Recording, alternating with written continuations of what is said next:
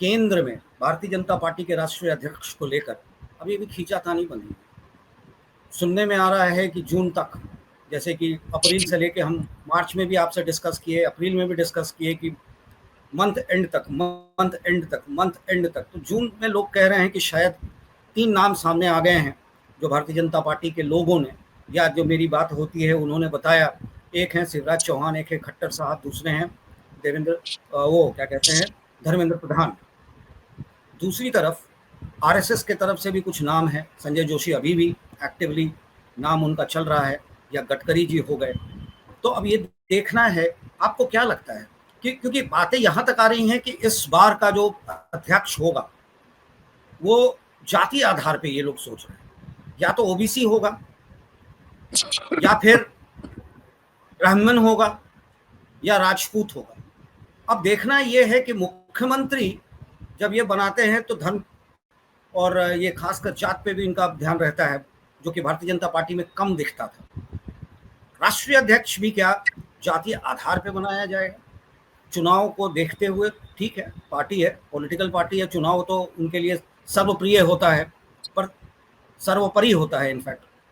तो मेरा ये मानना है, और आपसे ये सवाल भी है कि क्या भारतीय जनता पार्टी में जो बदलाव आया है जाति आधार पर, क्या ये बिहार, वेस्ट बंगाल, तमिलनाडु, उत्तर प्रदेश में भी इलेक्शन होने वाला है नेक्स्ट ईयर, तो इन राज्यों को देखते हुए जहां जात पे चुनाव और जात पे वोटिंग होती है, क्या भारतीय जनता पार्टी अपना अगला अध्यक्ष जाति आधार पर चिन्हित कर रहा है? जी देखिए अजय जी, राजनीति में जाति का काफी माने हो गया है 89 की वीपी सिंह की सरकार के बाद से। जब से मंडल की बात चली तो फिर उसके बाद से हर जगह जाति काफी महत्व रखता है।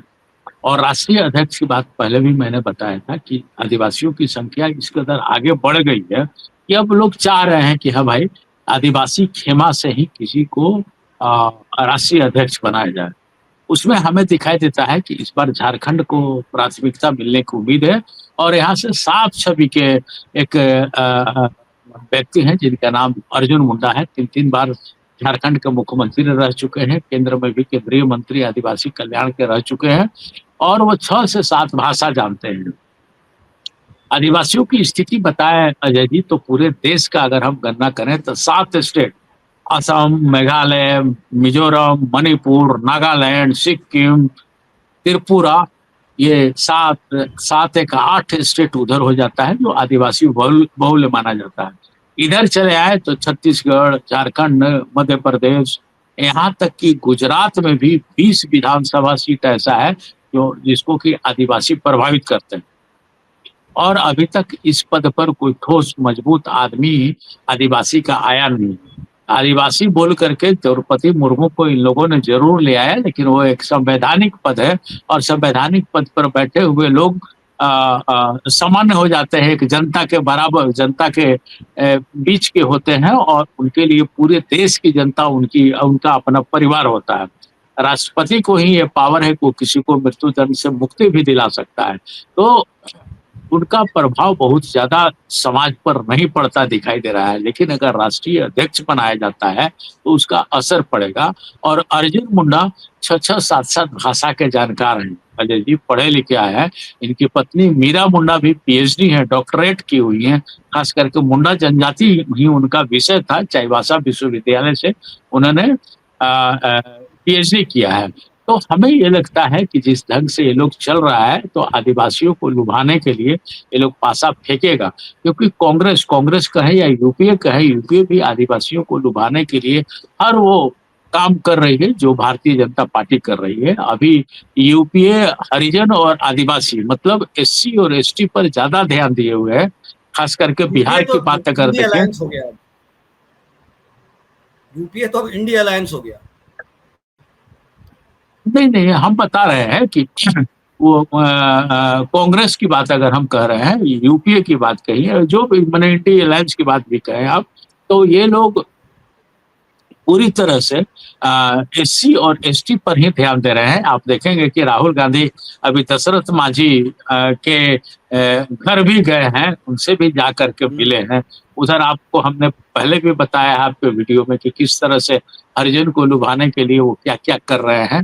तो अभी आदिवासियों को लुभाने में भारतीय जनता पार्टी कोई कसर बाकी नहीं रखेगी, क्योंकि सबकी नज़र अभी उधर है और वो लोग चाहेंगे कि अपनी तरफ उनको खींच लेना, और ये सीधे-साधे लोग होते हैं।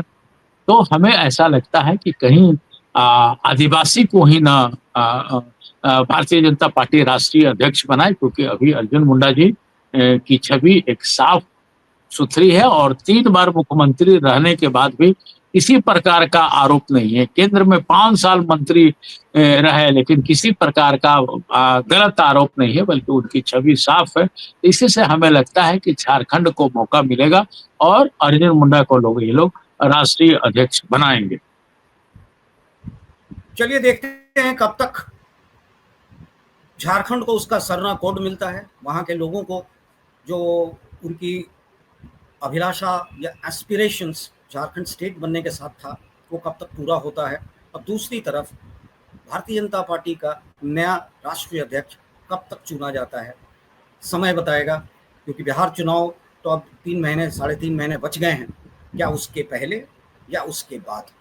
तब तक के लिए फिर हम आपके पास आते रहेंगे नए-नए मुद्दों के साथ, इसी तरह के मुद्दों को लेकर जो आम आदमी से जुड़े हुए मुद्दे होते हैं। जी धन्यवाद, बहुत अच्छा लगा आपसे बात करके संजय जी।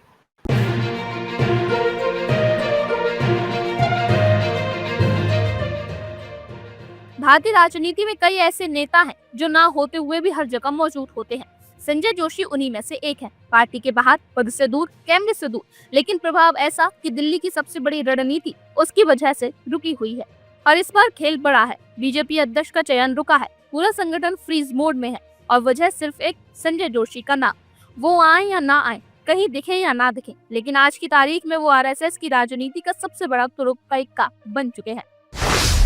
मोदी शाह की योजना पर जोशी ब्रेक। जब बीजेपी अध्यक्ष पद पर चर्चा शुरू हुई तो सबको लगा मोदी शाह की जोड़ी जल्द ही नाम घोषित कर देगी, लेकिन हफ्ते बीत गए, नाम नहीं आया, आदेश नहीं आया, संगठन पूरी तरह ठहर सा गया। अब अंदर खाने से खबर आ रही है कि पार्टी में जिस एक नाम की गाड़ी स्टक हो गई है वो है संजय जोशी। मोदी शाह के यह नाम वैसा है जैसे किसी फिल्म में खलनायक की वापसी, जो सबकी नींद उड़ा देता हो। संघ की चाल और संजय जोशी का अदृश्य समर्थन। आरएसएस ने अब तक कोई आधिकारिक बयान नहीं दिया है, लेकिन ये साफ हो चुका है कि बीजेपी अध्यक्ष चयन में संघ का दखल पहले से ज्यादा है और वहीं से संजय जोशी का नाम हवा में तैर रहा है। आरएसएस के वरिष्ठों के पास आज भी संजय जोशी का एक वर्कहॉलिक और नो ड्रामा वाली छवि है, जो जमीनी संगठन को सबसे बेहतर समझते हैं। यही वजह है कि संघ का यह इशारा मोदी शाह के प्लान को हिला रहा है। मोदी बनाम जोशी, पुरानी रंजिश, नया असर। अगर भारतीय राजनीति में पर्सनल पॉलिटिक्स का सबसे क्लासिक केस है तो वो है नरेंद्र मोदी बनाम संजय जोशी। एक समय दोनों गुजरात बीजेपी के मजबूत स्तंभ थे, फिर जो हुआ वो इतिहास है। मोदी ने मुख्यमंत्री की कुर्सी पर, जोशी को पार्टी से बेआबरू कर निकाल दिया गया। 2012 में जब मोदी ने रैली का बायकॉट किया तो जोशी को राष्ट्रीय कार्यकारिणी से हटा दिया गया। तब लगा था कि कहानी खत्म हो गई है, लेकिन राजनीति में कहानियां कभी खत्म नहीं होती, वो सिर्फ मोड़ लेती हैं। जोशी की गैर मौजूदगी में मौजूदगी। कहते हैं कि संजय जोशी आज किसी पद पर नहीं है, फिर भी कई राज्यों के संगठन में उनकी पकड़ है। कई कार्यकर्ता आज भी उन्हें आदर्श प्रचारक मानते हैं। उनका सिंपल रहन सहन, फ्री में काम करने की छवि और हर कार्यकर्ता का नाम याद रखने की कला, यह सब कुछ आज के हाईटेक नेताओं से उन्हें अलग बनाता है। और यही वजह है कि जैसे जैसे उनका नाम हवा में आया, बीजेपी की प्लानिंग टेबल पर सन्नाटा छा गया। बैकडोर एंट्री की चर्चाएं और मोदी की बेचैनी। सूत्रों की माने तो संघ अब जोशी को फॉर्मल वापसी की स्क्रिप्ट लिख रहा है। हो सकता है कि उन्हें संगठन में कोई बड़ी जिम्मेदारी दी जाए या फिर उन्हें एडवाइजरी बॉडी का हिस्सा बनाया जाए। मोदी शाह गुट को डर इस बात का है, अगर संजय जोशी को कोई संगठनात्मक ताकत दी गई तो यह भविष्य की बड़ी सियासी चुनौती बन जाएगी। एक नेता ने नाम न छपने की शर्त पर बताया, मोदी जी को डर है कि जोशी सिर्फ कार्यकर्ताओं के नहीं, पदों के भी पसंदीदा बन सकते हैं। मीडिया में सस्पेंस, लेकिन भीतर सब समझ रहे हैं। टीवी चैनल्स भले ही इस विषय पर खुलकर ना बोले, लेकिन पार्टी के भीतर एक हड़कंप है। हर मीटिंग में संजय जोशी की चर्चा हो रही है। आज संगठन निर्णय में संजय जोशी की अदृश्य उपस्थिति को लेकर फॉर्मूला बदला जा रहा है। पत्रकार पूछते हैं, जोशी आएंगे क्या? नेता जवाब देते हैं, नाम मत लो, लेकिन सब वही है। कार्यकर्ताओं में उत्साह, हमारे जोशी जी लौटेंगे। बीजेपी के पुराने कार्यकर्ता इस खबर से बेहद उत्साहित हैं। उनका मानना है अगर संजय जोशी लौटे तो पार्टी में फिर से कार्यकर्ता से नेता की परंपरा लौटेगी। एक कार्यकर्ता ने कहा, आजकल सबको चुनाव जीतने वाला नेता चाहिए। जोशी जी जैसे संगठन चलाने वाले नेता अब लुप्त हो गए हैं। अगर वो लौटे तो बीजेपी फिर से जमीनी हो जाएगी। क्या मोदी के लिए सबसे बड़ा पॉलिटिकल झटका है? सवाल बड़ा है। क्या संजय जोशी की वापसी नरेंद्र मोदी के अब तक के सबसे मजबूत नेतृत्व को टक्कर दे सकती है? साफ तौर पर कहें तो जोशी अब भी खतरा नहीं है, लेकिन चिंता जरूर है। उनका नाम ही एक साइकोलॉजिकल ब्लो है, खासकर उस रणनीति के लिए जिसमें सब कुछ कंट्रोल में रखने की आदत है। अगर संघ ने एक बार भी जोशी को मंच पर उतार दिया तो मोदी को हर निर्णय में संघ की परछाई झेलनी पड़ेगी। जोशी आएंगे, कब आएंगे और आएंगे तो कहां बैठेंगे? अब सबसे बड़ा सवाल, क्या संजय जोशी वाकई लौटेंगे? राजनीतिक विश्लेषक मानते हैं वो भाजपा अध्यक्ष तो शायद ना बने, लेकिन उन्हें एक स्ट्रेटेजिक संगठनात्मक पद मिल सकता है। राष्ट्रीय महासचिव जैसे पद का नाम तैर रहा है। कुछ लोग तो यह भी कह रहे हैं कि 2024 के बाद उन्हें आरएसएस बीजेपी कोऑर्डिनेशन का चीफ बनाया जा सकता है। यानी जोशी कहीं ना कहीं जरूर आएंगे और उनकी वापसी चुपचाप नहीं बल्कि गूंज के साथ आएगी। जब अनदेखा दुश्मन सबसे बड़ा होता है। भारतीय राजनीति में बहुत कम बार ऐसा होता है कि कोई शख्स पार्टी में नहीं है, पद पर नहीं है, संवैधानिक ताकत नहीं है, फिर भी पूरी रणनीति को रोक दे। संजय जोशी ने ये कर दिखाया है। आज उनका नाम ही सबसे बड़ा डिसास्टर है और शायद यही राजनीति की सबसे बड़ी जीत है कि आप सत्ता में नहीं, लेकिन सत्ता आपके नाम से डरती हो।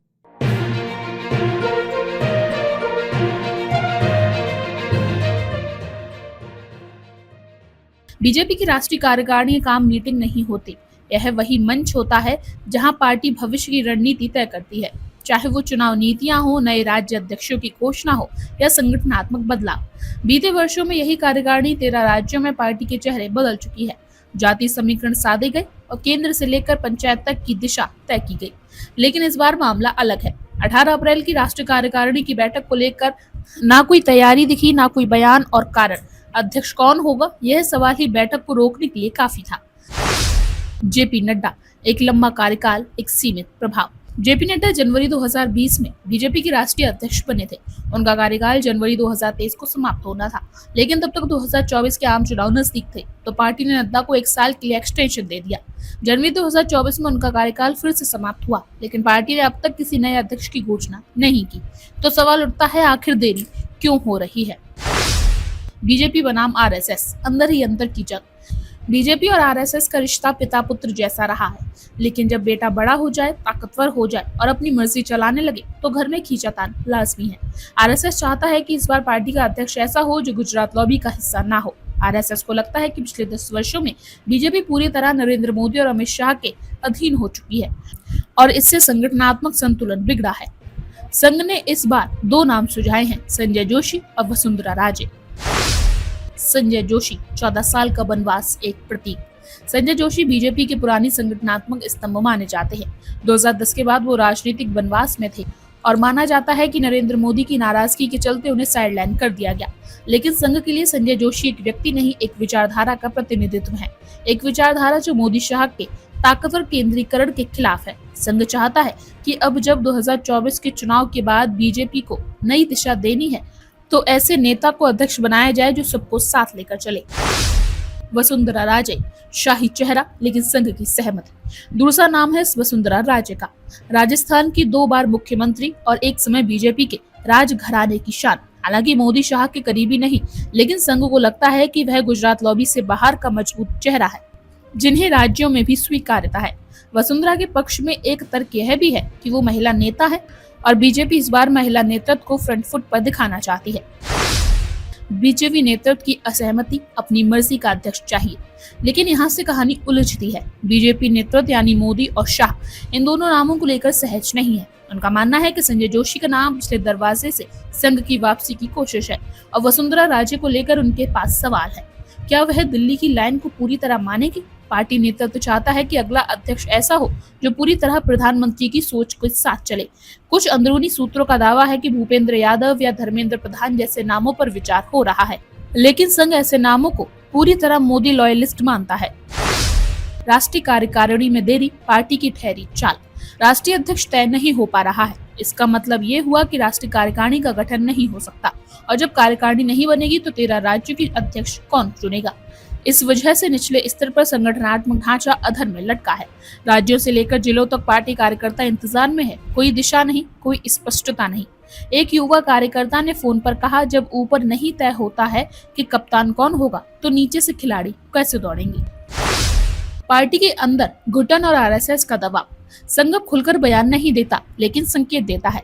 नागपुर के एक वरिष्ठ प्रचारक ने कहा, 2024 के चुनाव में बहुमत आ गया लेकिन संगठन की स्थिति कमजोर है। मोदी शाह का केंद्रीकरण पार्टी के भविष्य को संजीवनी नहीं दे सकता। आरएसएस को ये चिंता है कि जिस तरह से नरेंद्र मोदी और अमित शाह ने पार्टी को अपने हाथों में लिया, उससे बीजेपी को संस्थागत ढांचा कमजोर हो गया है। पार्टी में कार्यकर्ताओं के बीच एक खालीपन और संगठन में मिचली हुई है। यह स्थिति अगर लंबे समय तक चलती है तो चुनाव सफलता केवल आंतरिक असंतोष को बढ़ा सकता है। हालांकि मोदी शाह की रणनीति पर आरएसएस पूरी तरह से सहमत नहीं है। वे इसे भारत के राजनीतिक परिप्रेक्ष्य से सही मानते हैं, लेकिन आरएसएस के एक महत्वपूर्ण हिस्से को यह डर है कि अगर यह केंद्रीकरण लगातार बढ़ता रहा तो पार्टी में राजनीतिक संघवाद के पुराने सिद्धांतों को नुकसान होगा।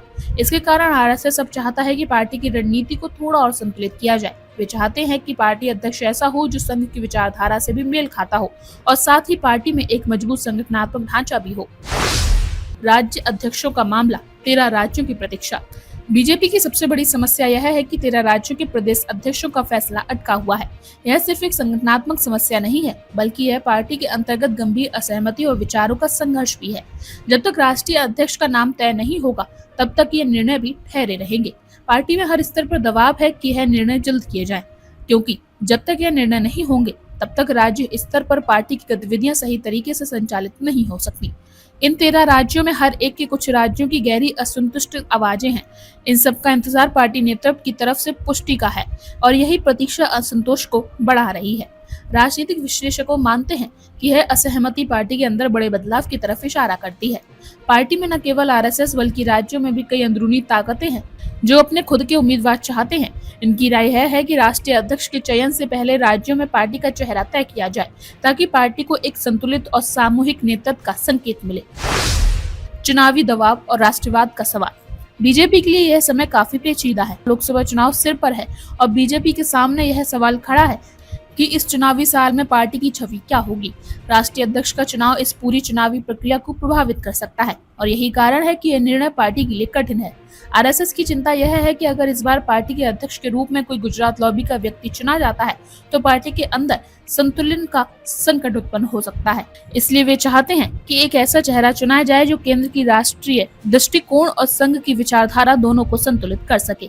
बीजेपी की वर्तमान स्थिति में जहां पार्टी की लोकप्रियता अब केवल एक व्यक्ति नरेंद्र मोदी के चारों तरफ सिमट कर रह गई है, एक नए चेहरे की उम्मीद की जा रही है जो इस केंद्रित शक्ति को संतुलित कर सके। क्या मोदी शाह अपनी पसंद पर अडिग रहेंगे? अब सवाल यह है कि मोदी शाह की अपनी पसंद क्या होगी। क्या वे उन नामों को स्वीकार करेंगे जो संघ ने सुझाए हैं, या वे किसी ऐसे व्यक्ति को चुनेंगे जो पूरी तरह से उनके नियंत्रण में हो। कुछ अंदरूनी सूत्र यह दावा करते हैं कि मोदी और शाह दोनों की नजरों में पार्टी का अध्यक्ष वही होना चाहिए जो उनके दृष्टिकोण का पालन करे और संघ के नामों के प्रति उनकी प्रकृति ना हो।